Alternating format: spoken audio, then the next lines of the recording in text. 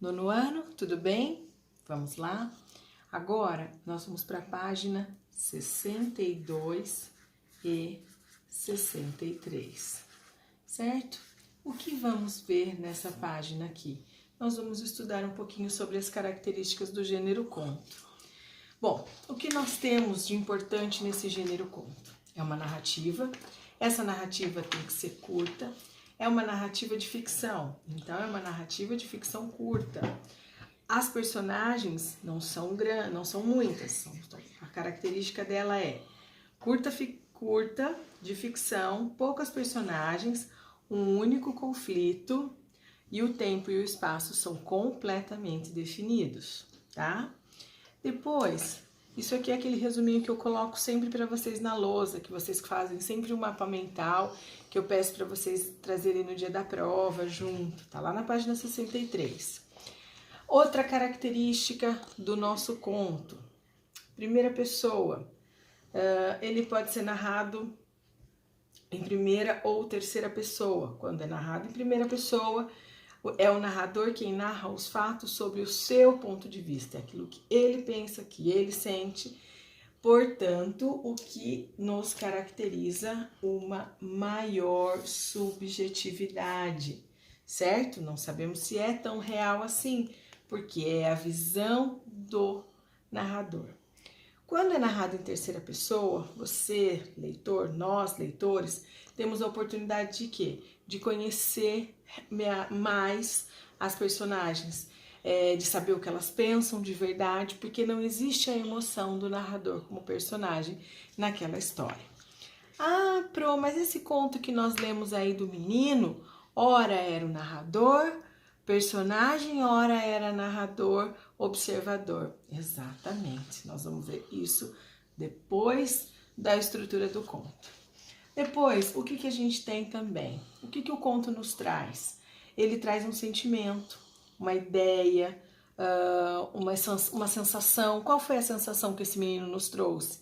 Nos trouxe uma sensação de raiva, nos trouxe uma sensação de dó, né? Trouxe vários sentimentos à tona aí, quando nós lemos esse conto. Além disso, esses contos, esses fatos narrados, eles podem ou eles objetivam sensibilizar o leitor, tá? Local de circulação dos contos, em mídias impressas ou digitais, livros ou revistas, tá? Então, livros ou revistas, tanto ele de forma impressa ou digital. Aqui a gente encerra aquele mapa mental da página 63. E aí entra no discurso direto. Vocês estudaram comigo um pouquinho sobre o discurso direto, certo? Então vamos lá. O que era o discurso direto que nós vimos lá no sexto ano, um trechinho? O que acontece? É o que a gente aprende de primeiro lá. E ele disse, : travessão na outra linha, estou faminto, exclamação.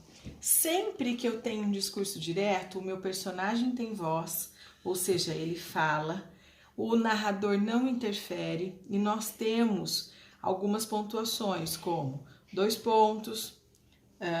o travessão, a exclamação ou as aspas, né, que nós colocamos assim, estou faminto, disse ele. Certo? Bom, isso vocês já viram lá do sexto ano comigo.